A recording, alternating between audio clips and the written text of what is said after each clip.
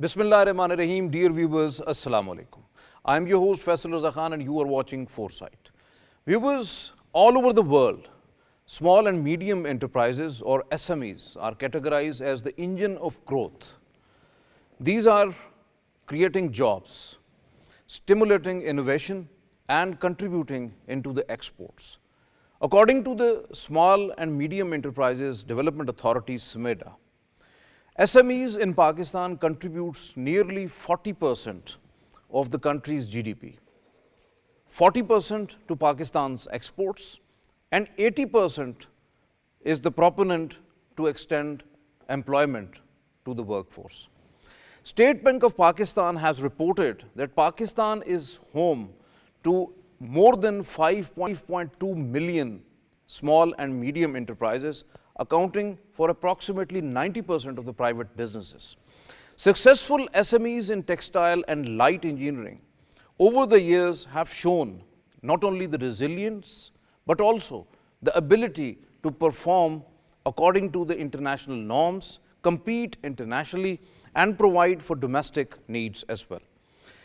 However, the small and medium enterprises' potential for having import substitution and enhancement of exports remains largely untapped. Prime Minister of Pakistan, Shehbaz Sharif, described small and medium enterprises as the backbone of economy. And that's why he stressed upon the federal and provincial administrations to collaborate closely for developing robust SME sector development plans. And might be that was the prime reason that an exercise to develop robust action plans for SME development are already under process at the provincial level, at the Azad Kashmir level and in Gilgit-Baltistan as well.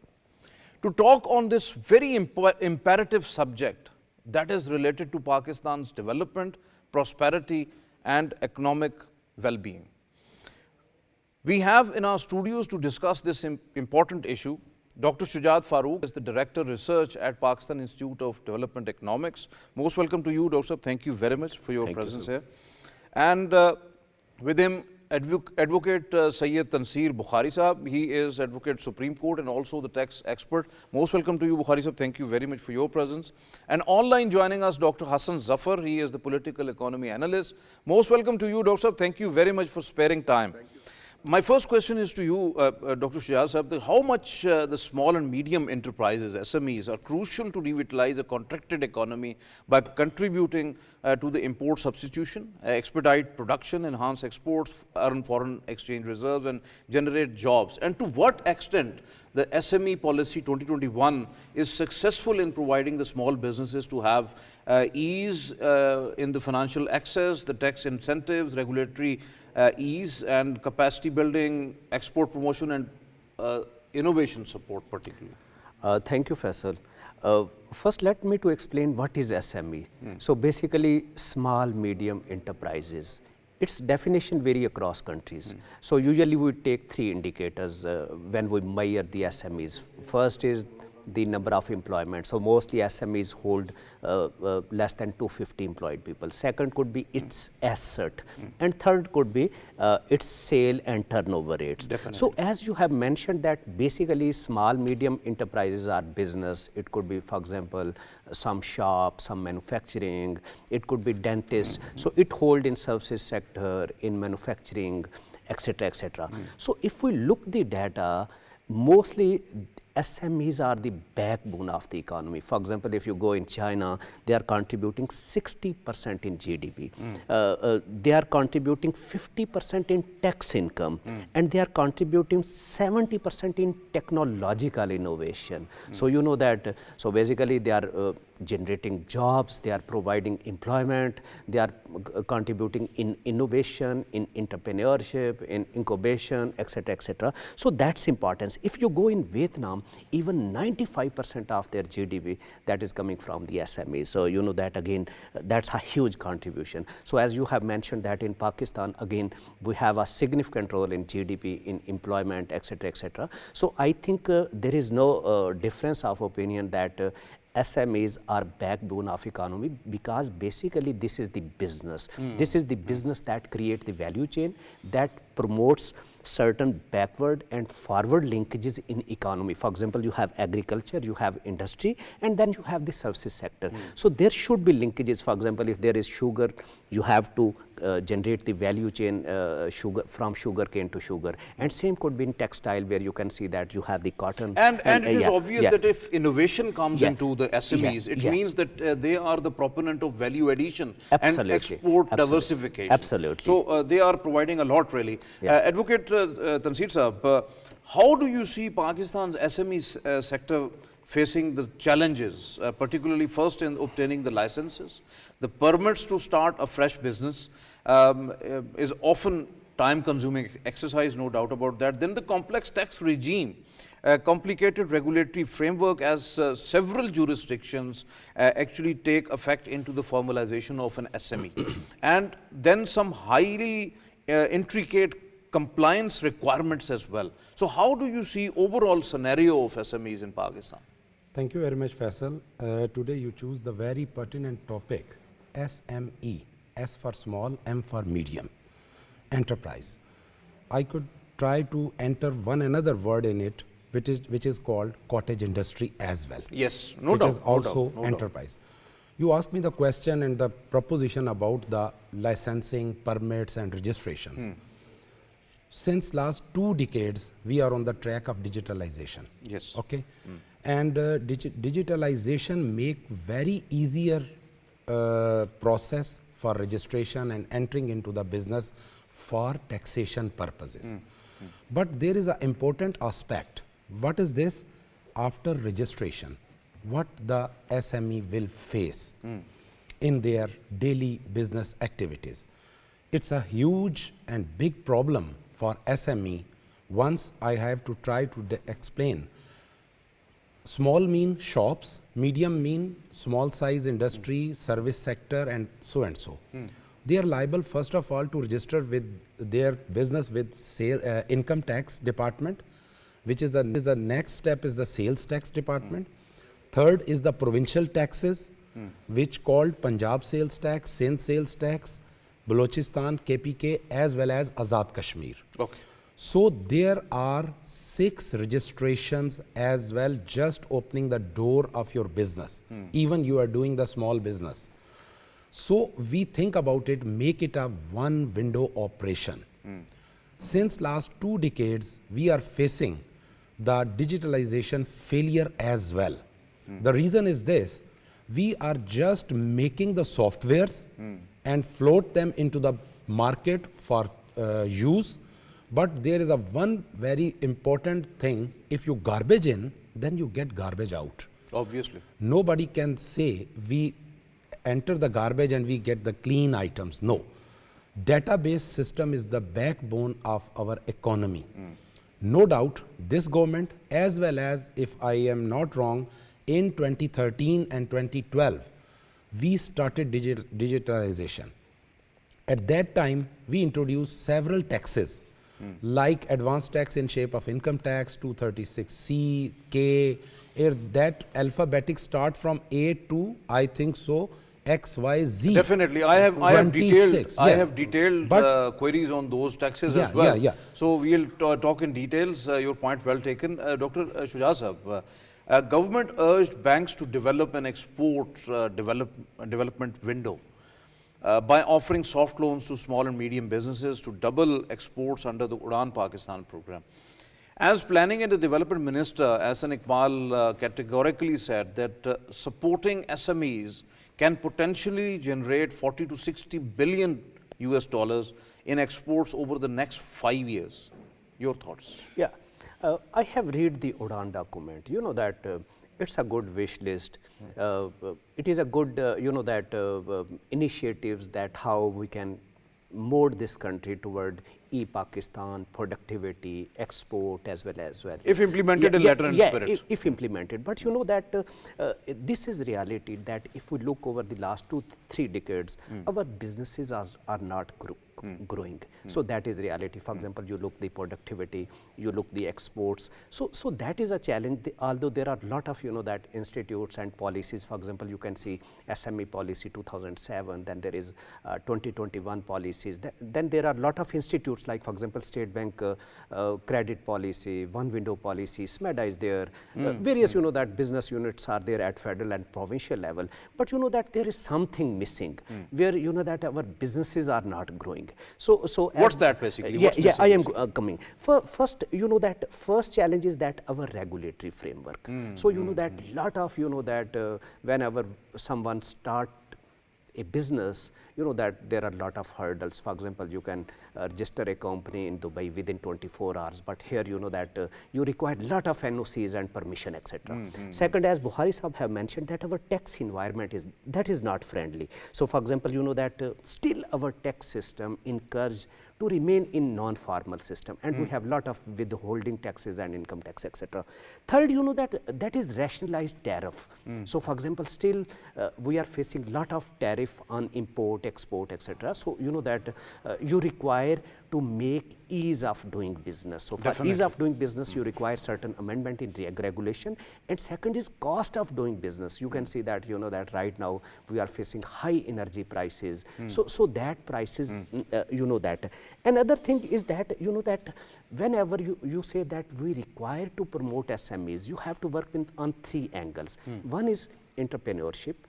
Second is innovation, and third is incubation. So that still our country, that especially our youth, that is the future asset of the country, they prefer to go, that on jobs rather than starting a business.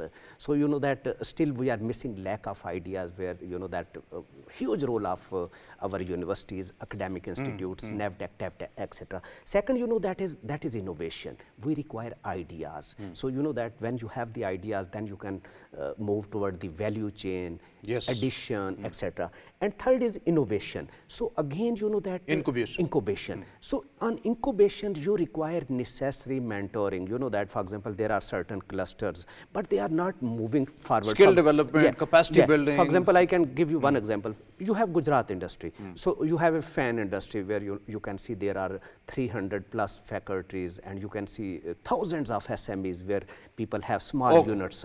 But the challenge is that why not this fan industry export $5 billion, $10 billion fans? So that is the issue, that we have the cluster but required incubation, innovation. We have to streamline each and everything because these are all scattered right now. So that is missing. Your point well taken. Dr. Hasan, Zafar Sahab, what about the latest memorandum of understanding signed between SMEDA and the Pakistan Banks Association, PBA, regarding services for SMEs like financial literacy, subsidized financing, foster inclusivity, especially for women entrepreneurs, capacity building, sector-specific research and advocacy for SME-friendly policies, then a simplified and unified loan application form to access finances, and Punjab government initiative like SME sector-specific business card and the Chief Minister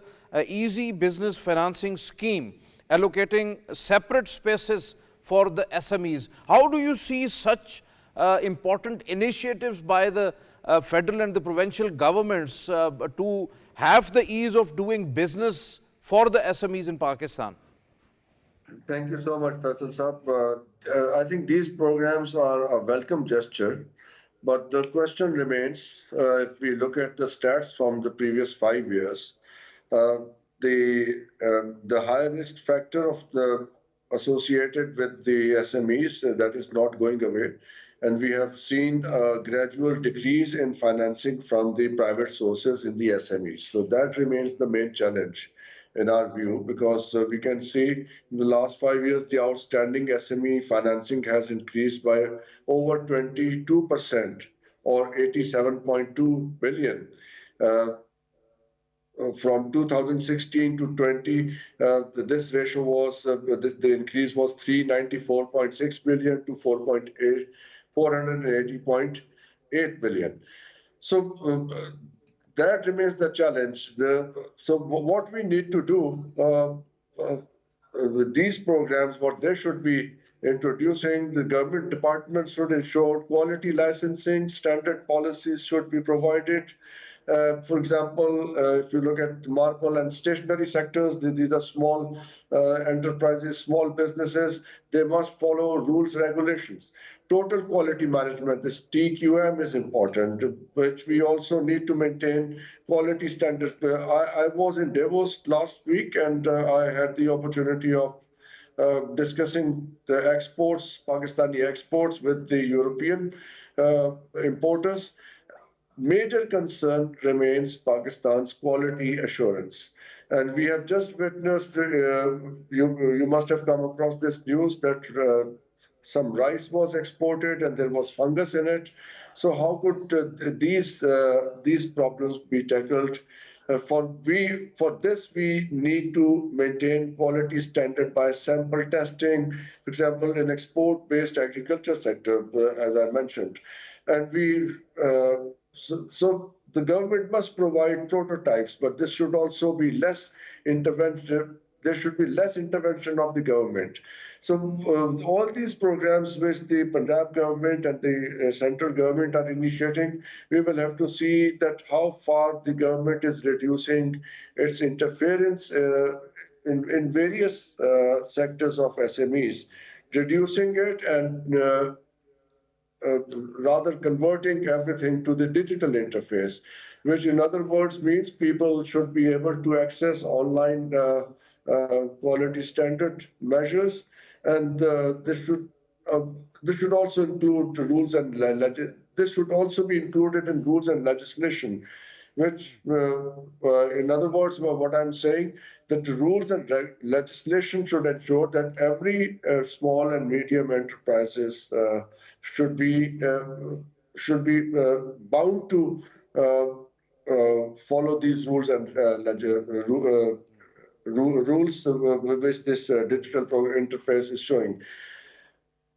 Reducing human intervention. So we must create awareness among small businesses and about the importance of quality. Otherwise, we lose these international contacts. Absolutely, absolutely right, Dr. Yes. Hasan sir, absolutely right. There is no doubt about that, because quality assurance testing and all others, that must have to be intact, because otherwise you will lose your exports. When we are talking about the government mayors, already taken a lot to simplify, unify, and having online crediting process for the SMEs, but financing is still a hurdle in SMEs development, as traditional banks consider SMEs or the small businesses a high risky business, placing unprecedented and unsuitable demands, complicated applications are there, then lengthy loan processes and steep interest rates, although the interest rate came to now at the 12% right now. But sometimes SMEs itself have inadequate or troubling kind of financial records, unaware of the financial services and literacy, and that limits actually their ability to invest in technology, expand their operations, increase the modern competitiveness, and also squeeze them to effectively contribute into the country's economic portfolio. So how do you see, Dr. Saab, related to the financing issues and the reporting issues from SMEs to the financial sector?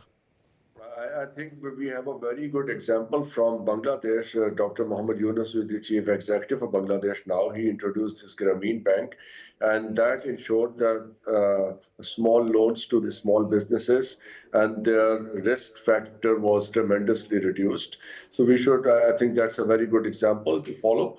We should also see that the high risk factor should also be curtailed by, again, by ensuring these digital interfaces where people can go and they can follow rules and regulation. what I'm saying, if the risk factor of the investor and the producer is reduced, risk factor of the banks is also reduced simultaneously. So if we are able to ensure that people who are investing money into small and medium businesses, their investment is protected, definitely the high risk factor of the banks will also be reduced. So we have to see how we classify these small and medium ones.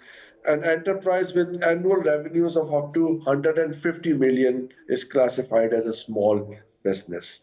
And any company with annual sales ranging between 150 million to 800 million is classified as a medium-sized business. So we have to see that this is the level of investment in these SMEs, and according to Pakistani standards, generally, 1 to 5 individuals are employed in these SMEs. So this is the level of employment, this is the level of investment, and we have to see. So the government has to ensure that it is deregulated.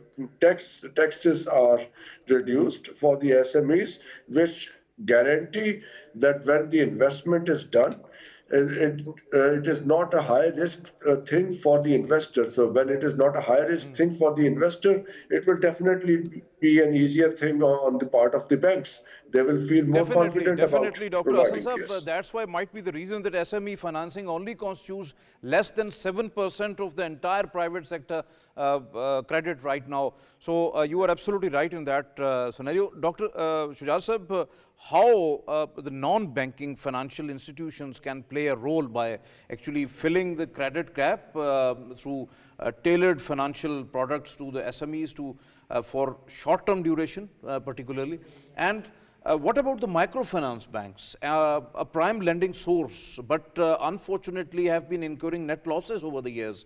According to the State Bank's latest available quarterly statistics, that tells us that is third quarter of the financial year 2024, microfinance banks reportedly net loss of rupees 1.1 billion, doubling the losses as compared to the same period last year, basically.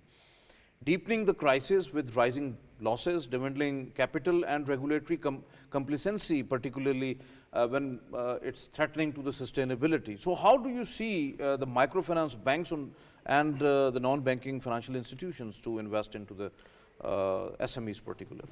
Faisal, these microfinance banks, they have emerged rapidly over the last 15 years in Pakistan, and if you look the Pakistan Microfinance Network report, they claim that, okay, there are some 8 million active borrowers, and you can see lot of, that microfinance network, like for example, there is rural sport program, there is Pakistan poverty elevation program, and lot of, that federal and provincial working. But still, it's my apprehension that first, their interest rate is quite high. Second, that they are offering loans, but mostly this loan is going to unproductive activities. We have certain research at PIDE that shows that, okay, for example, if someone want to marry her daughter, she is taking loan. So that right investment in business, that is quite crucial. Certain flaws exist on microfinance side. For example, that they have certain donor amount, interest rate is high, and there is certain unproductive demand of loan. But certain, that supply side constraint also prevails. For example, if you give loan in Avaran or in Khuzdar, that there is no incubation, there is no ideas. So that's why markets are missing. So, and then regulatory framework is quite complex. So due to that, for example, even someone take the loan, then our businesses, they are not growing. And your point well taken. As Dr. Hasan is also stressing upon the tax regime, and you are also talking about that. Tanseer Sahab, do you not think that the higher indirect taxes, like GST on retailers, then revised tax rates on the association of persons, and then individuals other than the salaried individuals, advanced taxes, you were earlier mentioning about that, on sales to distributors, dealers, wholesalers and retailers, then increase the cost of SMEs actually to operate effectively. Why not to have the single taxation regime, rather multiple taxation and jumbled up taxation in which mostly either the tax regime got undermined or might be the SMEs feeling it difficult to match it? Very pertinent question and very pertinent points which I was talking in my earlier slot. Here are the lot of taxes, number of percentage, number of windows. As I earlier said to you, that there is the services sector which controlled by provinces, federation deal with the income tax, sales tax, federal excise, custom duty. Yes. As well as we are not in this position to miss the major line of other compliances. Social security, Yes. EOBI, Yes. labor department, board tax, Kent tax. There are a lot of compliances for small business enterprise. So first of all, we need to get our all these things digitalized in a one basket and thresh out. As Dr. Hasan was saying that he was abroad. Just 2 months before I was in UK, I just interviewed a taxi driver. Mr. Khan, you imagine what I get the information from him. He said, I'm driving taxi for 5 hours and I am living in a rental residence and I am paying rent and I am getting social security from government. I say, how the government get this information that you are below the line of poverty living? They said they have the data how many hours I drive taxi. This is called the digitalization. FBR is doing at his level best. But the major thing, corruption, mismanagement, make this problem huge and huge day by day. Why? 18% sales tax, 15 to 17% provincial taxes, distributor, wholesaler, retailer, SME, all people, all steps withholding taxes. They are facing this thing. This thing make the cost higher and higher. Definitely, you are absolutely right. Absolutely right. Yeah, we'll discuss this in detail on that particular front, withholding tax and all that. Dr. Shujaat, SMEs confronting power outages, skyrocketing energy prices, issues related to the cheap raw material or missing supply chain to maintain the production capacity, escalating the cost of production, low value addition, then obsolete technology, lack of innovation, fintech and digital infrastructure, as Bukhari Sahib is talking about, market research, storing facilities, the poor transportation system, then actually making small businesses to suffer and struggle to have seamless operations, or even sometimes we see shutdowns. Your thoughts, what's the way out? So I will continue the talk of Bukhari Sahib and Dr. Hasan. That first, that is the data. You know that still we don't know the data of SMEs, how much we hold. We often say that, okay, this is estimated number. So data is crucial. Let's build the data. Whether you can use in taxation, you can use in credit, etc., etc. And second, as Dr. Hasan said, that we require quality assurance. Obviously. So Obviously. without quality assurance, you cannot mobilize these SMEs into productivity and export. So you know that you are asking that, okay, cost is high. So I think there are two sort of cost. One is, that cost of doing business. So here you can see energy, here you can see taxation system. So yes, absolutely. Right now our energy prices, they are not compatible on very which high, very high. On which a business can grow. Second, that is the issue is ease of doing business. Yes. So sometimes that we have lot of regulatory framework that are discouraging the people to come in business. So I think work on regulation that that do ease and cost of doing business. Second, that is that one window registration. So let digitize entire process. Yes. Like Dubai, you can register the company within 24 hours. Third, you have to mobilize the resources. Okay, State Bank is there, many other banks are here, but still our, that saving investment that are not coming into businesses. For example, you can see the stock market, only 4% of GDP, that is stock market. In many countries, it is more than 100%. Yes. So businessmen should register the companies in stock market and let the, get the Very amount from important, that. very important Yeah. point. Very important. The last, my point, sorry, is that, Definitely. yeah, that is technology. You know that we have to build linkages between our academic institutes, incubation parks, warehouses, technology parks. That is right now missing. So you know that our universities, they are in isolation. TAVET, NAVTEC institutions, they are working in isolation. They should mentor the students. They should generate ideas, so through which our youth... But unfortunately, the academia, industry, the training institutes and all others, the linkage is also missing in between. Yeah. Because that is also needed when you have a research center in an academic institute. Why not it is linked with the industry? Why not? So definitely we have to raise our education standards. So right now I think we are facing high educated unemployment. So this very is, right, you know, very that, right, very right. Advocate Tanseer Saab, another issue is rapidly increasing the rate of withholding tax, what you were mentioning earlier, on payments of accounts of the toll manufacturing like mobile phones subject to the sales tax of 18 to 25%, LPG cylinders 10%, shops 15% and so on. Then you have the federal excise duty on cement, international travel tickets, the lubricant oils, and even on the raw material. That's increasing the net burden on the small businesses. So how do you see, because there are a number of taxes involved in that, and when we see the actual output of those businesses, that is curtailing, that is going down. Very sad, Mr. Khan. Here are taxes. Every nation is taking tax from their public.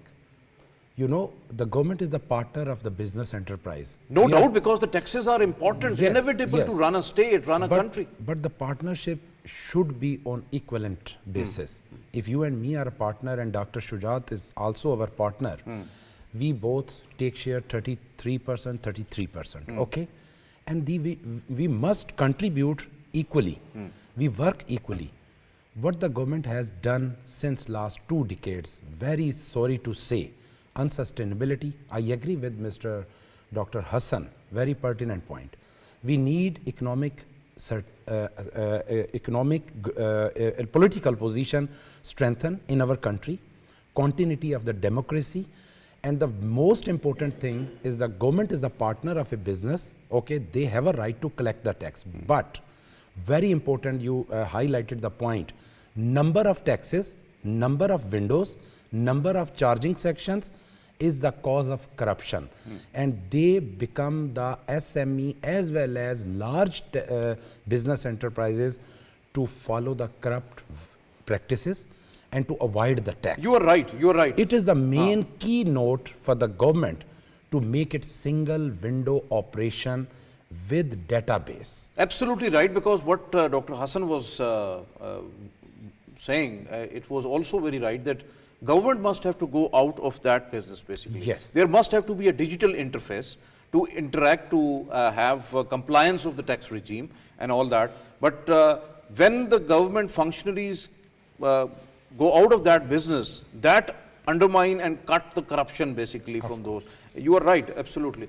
Dr. Hasan, we all intend to have more local and foreign investments into the SME sector, no doubt about that. But issues of absence of the transparent financial records, which earlier we were talking about, the proper disclosures of the business information, the labor rights like fair wages, safe working conditions, and the social security aspects, but Tanseer Saab was also mentioning, actually restrict the investors to invest with true confidence.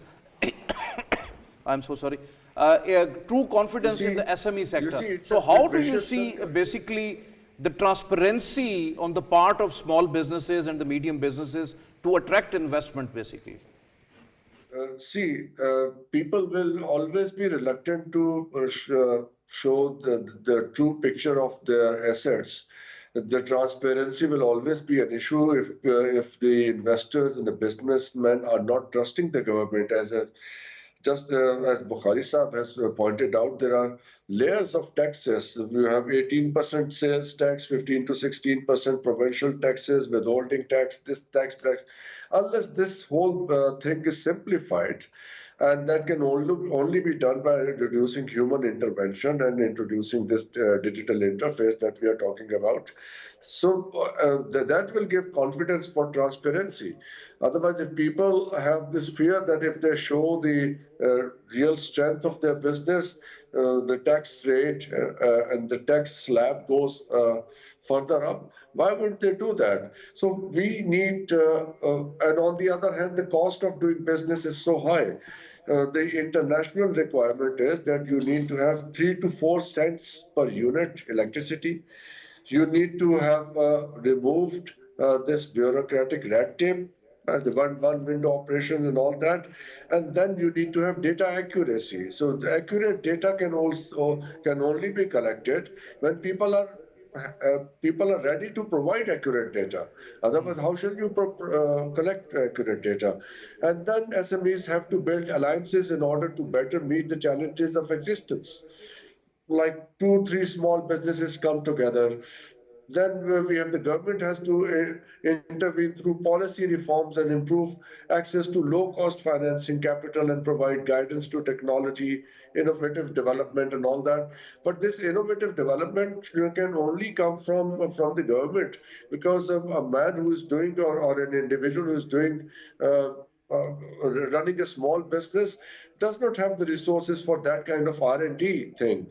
And very importantly, as you pointed out, this URAN program and the provincial government program, women-owned and SMEs need tailor-made financial products to address their specific business needs. This must be done. And there's also a need to develop linkages with the informal financial sector and promote financial innovation. And then technology, this digital interface, again, the use of digital technology. You can have apps on your mobile phones, which enables cost reduction, which is evident from the, this growth of fintech in emerging economies that has leapfrogged some developments in creating an unprecedented range of financing products and innovative methods to financial challenges. And then there is this extensive training program through capable institutions for SMEs, Definitely. Extensive and training so on and programs. so forth. Yeah. Dr. Zafar Sahab, let come to the point that where Pakistan is actually facing dearth of highly skilled and certified labor force. Where actually the problem lies? Is it due to the lack of policies, the mismatch of the priorities about the industry requirements and about the skill set, or missing international best practices? Why not we actually follow the international best practices, like the Turkish SMEs successful example, the program like COSGIP, and as they combine the financial support, the technical assistance, the skills and market access facilitation for SME development, then the Malaysian SME master plan.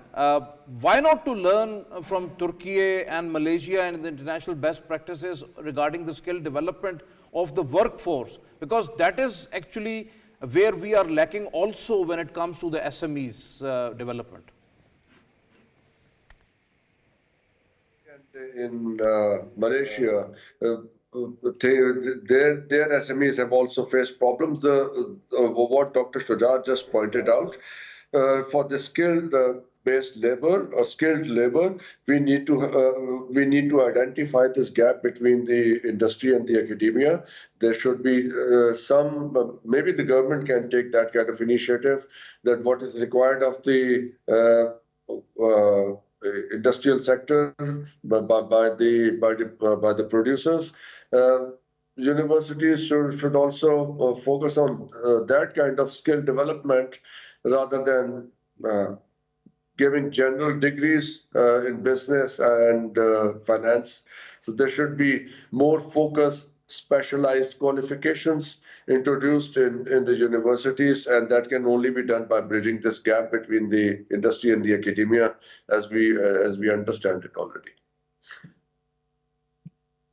Tanseer Sahab, do you not think that the lack of targeted SME support, their capacity building, innovation, finances, the market approaches, outright measures to eliminate the tax exemptions and concessions under the IMF reform agenda, creating an additional administrative and compliance burden for the SMEs, especially the smaller ones, and would result into a collapse of a vital sector? Do you not think that must have to be in phases, and with the true preparation that SMEs must have to be taken in confidence on those reforms as well? Actually, Mr. Faisal Khan, you see last 6 months, State Bank gradually reduced the interest rate. Interest rate, yes. If we think about it, that just 8 months before, that was 24%. Yes. And nobody can take the chance to start a SME or small business or to just enhance his business on the basis of this interest. First of all, the positive thing is this: the government is serious on it, and they are bringing this interest rate month by month to 2% reduction. Right now, I think so 12%. Yesterday, IMF also said that there must have to be constraint when it comes to the interest rate. And the government target in the next 6 months might be, hopefully, we all pray that it will come to the single digit. Yes, that is very important. And this is also demand from the business community as well. Now, what do you think? The major chunk of the people put their money in the banks and getting 24% profit, which is a hefty amount. Yes, it is. Why they should take the risk to come into the SME and small business and cottage industry and face the dozens of the institutions of the government, authorities, and blackmailing and so on. So they were feeling very, very comfortable. But this decision will bring the money out of the banks. Now, what is the need of time? No doubt, IMF is on our head. And if we remember, 2018 and 2019, we introduced an amnesty scheme. Yes. I ever seen about negative words about the amnesty. No doubt, this is a discrimination. Faisal is paying tax 100% since last 20 years. Tanseer come into the amnesty and get the benefit of 20 years. This is the sheer discrimination, really. I agree with you, but listen to me, what is the next? If you see why the government, federal government announces the amnesties, due to their failures. The reason failure is this: database, digitalization, and all these things, when they are not doing well, so they do. If we see the previous 6 months and then last year, then last 2 years and 4, unrest, economic unrest, political unrest. So that is not the failure of government, that is the failure of natural disaster, which we are facing since last 72 years. Okay, we pray from Allah Almighty, and I advise, even you are maybe you disagree with me, maybe Dr. Hasan disagree with me, maybe Dr. Shujaat disagree with me, many people disagree with me, but at this moment we need an amnesty for SME, not for real estate, not for land, for SME. So the people bring their money into the economy take a startup. Why we need time and again the amnesties? Your thoughts are respected, but we have run short of time. But yes, rather than we should have a robust plan on all these aspects, and what you have rightly pointed out, the one window regarding the tax and one window regarding the investments and all that, so that the SMEs could grow. Dr. Shujaat, what about the crucial role if you allow me, I'm coming to you. Okay, I'm coming to you. Very brief, because we have run short of time. What about the crucial role of the government through implementable policy and the practice interventions? Its entities like SMEDA, NAFTEC, TEFTA, TDAP, Ministry of Education, Industries, Commerce, Finance, Foreign Affairs, Chambers, Business Hubs, and others to engage in international business development, effective business matchmaking, technology, and skill sets for the Pakistan's SME sector, and to include and facilitate small businesses in international trade fairs and exhibitions also. Faisal, government role is quite crucial.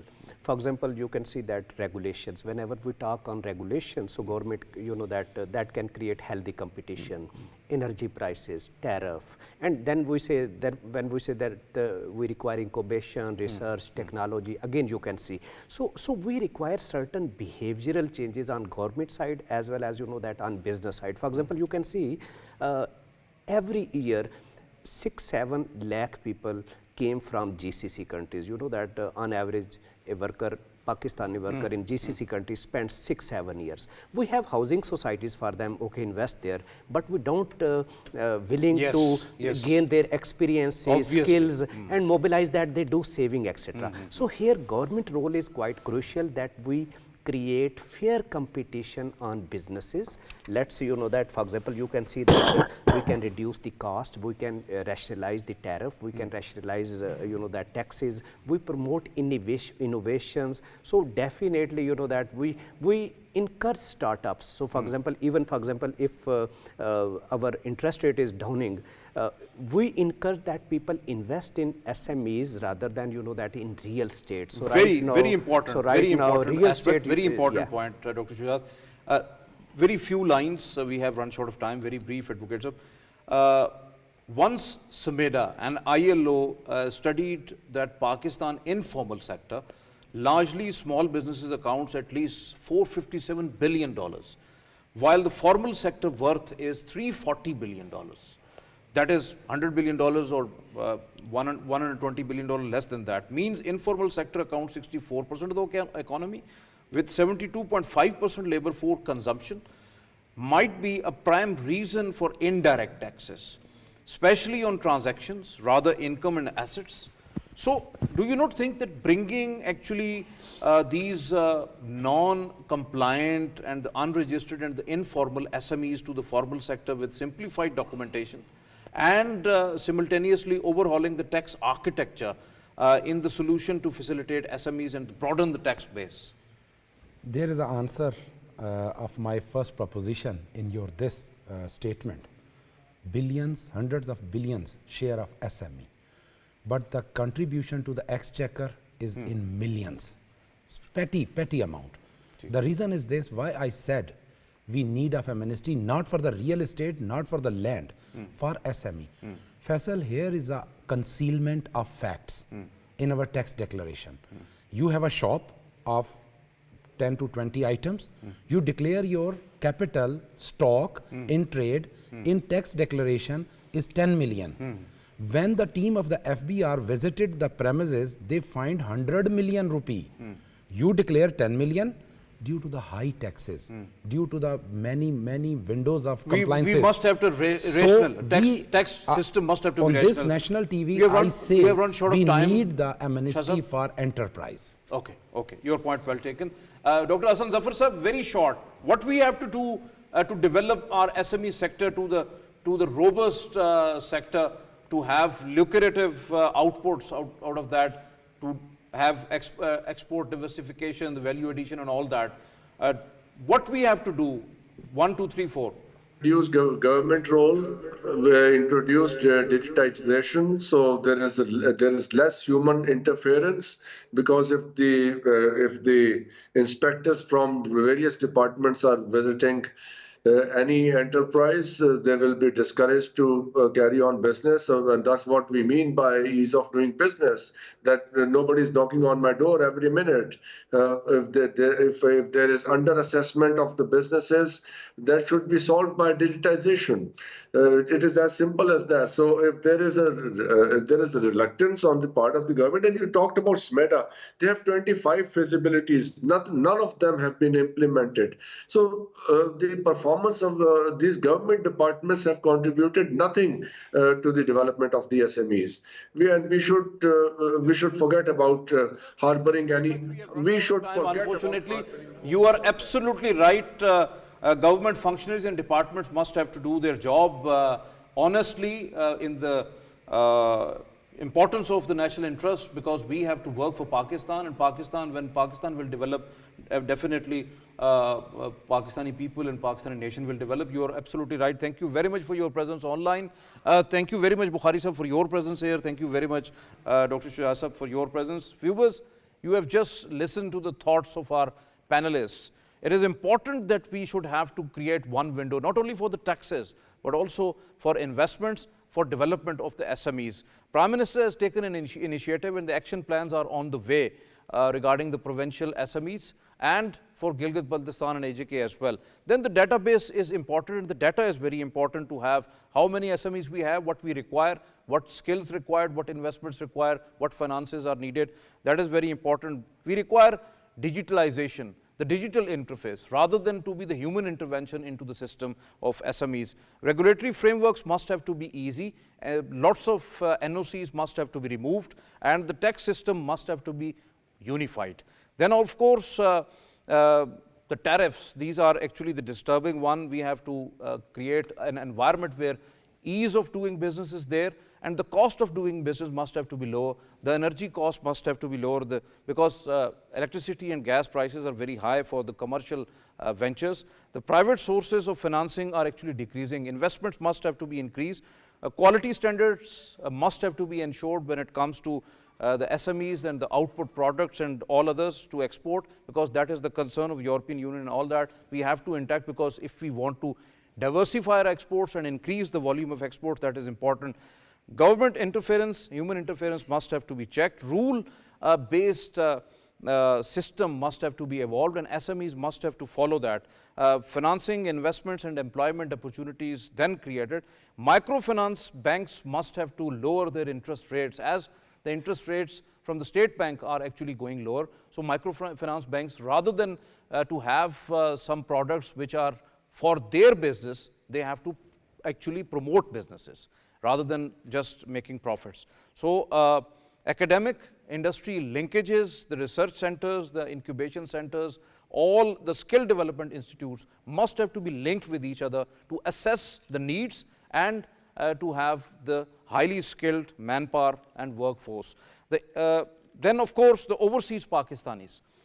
Overseas Pakistanis must have to, rather just investing into the real estates and to procure lands and all that, they have to invest in SMEs, small businesses.